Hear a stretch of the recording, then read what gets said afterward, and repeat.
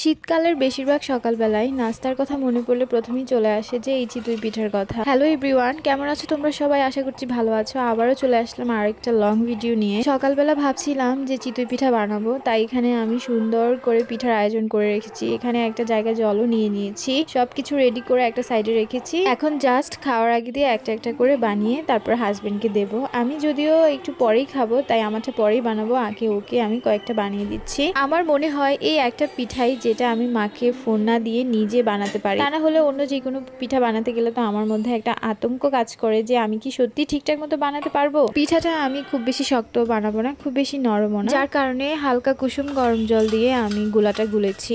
আর এই পিঠাটা সব থেকে মজার ব্যাপার হচ্ছে বাইরে যখন খাওয়া হয় তখন ভর্তা দিয়ে বেশ ভালো লাগে, আর ঘরে যখন আমি নিজে বানাই তখন হচ্ছে গুড় আর নারিকেলের সংমিশ্রণ থাকে, খেতে দারুণ লাগে। আমি কখনো বাসায় ভর্তা দিয়ে পিঠা খাইনি, তবে হ্যাঁ আমার হাজবেন্ড মাঝে মাঝে ডিম পোস্ট দিয়েও খায়, বেশ ভালোই লাগে ইউনিক জিনিসটা।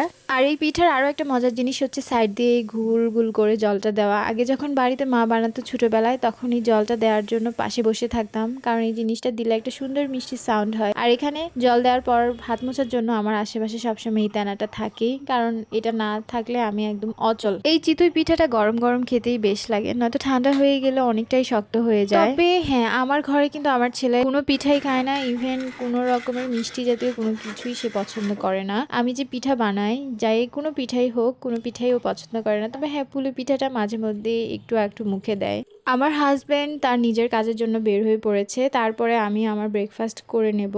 প্রাচ্য এখনো ঘুমাচ্ছে, তার আগে আমি গরম জল করে ফ্লাক্সে রেখে দিলাম, কারণ আমি গরম জল ছাড়া মানে ঠান্ডাটা কাটিয়ে তারপরে হচ্ছে জল খেতে পারি, তাছাড়া পারি না, আমার গলা একদম বসে যায়। এইবার শীতকালে মানে শীতের সময়টাতে শুধুমাত্র পাটিসাপটা আর চিতই পিঠা ছাড়া অন্য কোনো পিঠা করা হয়নি, কারণ শীতের পরিমাণ এতই ছিল যে কোনো কিছু করারই তেমন ইচ্ছা হয়। আজকে সকালবেলা স্নান করে এসে কপালে বড় একটা টিপ দিয়েছি। অলওয়েজ কপালে টিপ দিই আমি, বাট পরিমাণটা অনেকটাই ছোট থাকে। আজকে বড় টিপ দিয়েছি। এটা মূলত আমার মা কোনো এক সময়ে এসে বাসায় রেখে গিয়েছে। আমার বাসার এই সাইডটাতে বেশ সুন্দর রোদ আসে, আর বেশ কিছুদিন হয়েছে সরস্বতী পূজা শেষ, আর এখনো আমার এই জিনিসগুলো এখানেই আছে। আমি কোথা থেকে এসে এখানেই প্রথমে আমার জিনিসগুলো খুলে রাখি, বেশ কয়েকদিন এখানেও থাকে। তারপরে প্রাচ্যের জন্য এখানে হচ্ছে আমি নুডলস করব, জল দিয়ে খাবে সে, তাই ভাবলাম ইন্ডাকশন ওভেনটাতেই হচ্ছে বসিয়ে দেই, তাহলে চুলার কাজটাও হলো, এটা তো চললো। ইন্ডাকশনের সবথেকে মজার জিনিস হচ্ছে এই টুং টুং করে সাউন্ডটা, এটা আমার বেশ ভালো লাগে। জলটা যাতে তাড়াতাড়ি বলক চলে আসে তাই আমি এটাকে ঢেকে দিলাম। আর এখানে প্রাচ্য যেহেতু একদম পুরো ছোট ছোট করে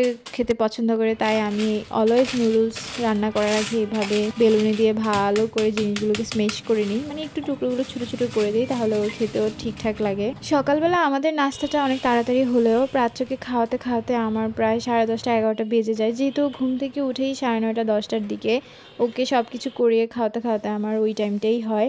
তারপরে ও নিজের মতো খেলাধুলা করে, আমি রান্নাবান্নায় ব্যস্ত হয়ে পড়ি। আমাদের মা ছেলে এভাবেই হচ্ছে প্রত্যেকটা দিন কাটে। আমরা দুইজনেই দুইজনের মতো সময় কাটাই, ও একা আমিও একা। ও ওর মতো গাড়ি দিয়ে খেলা করে, আমি আমার মতো রান্না বান্না করি, ফোনে কথা বলি, একটু টিভি দেখি, এই চলতে থাকে। আর আমার এই গাছের এই ফুলগুলো এত সুন্দর লাগছিল, দুইটা একই কোয়ালিটির, শুধু সাইজে ডিফারেন্ট, একটা বড় একটা ছোট। শীতকাল আসাতে আমার গাছগুলো বেশ নষ্ট হয়েছে। এবার তো রাগ করে ভাবছিলাম যে বারান্দায় আর কোনো গাছই আনবো না নতুন করে, যা আছে সব উপরে ফেলে দেবো। আমার বাসার এই সাইডের বারান্দাটাতে এত বেশি রোদ থাকে, সূর্যাস্ত যাওয়া অবধি রোদ থাকে, যার কারণে কাপড় দেওয়ার 1-1.5 ঘন্টার মধ্যেই তাড়াতাড়ি করে কাপড় শুকিয়ে যায়।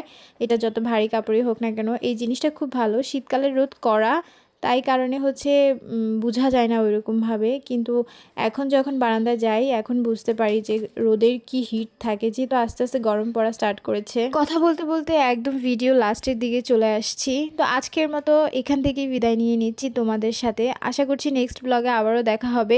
ততক্ষণ পর্যন্ত সবাই ভালো থাকবে, সুস্থ থাকবে।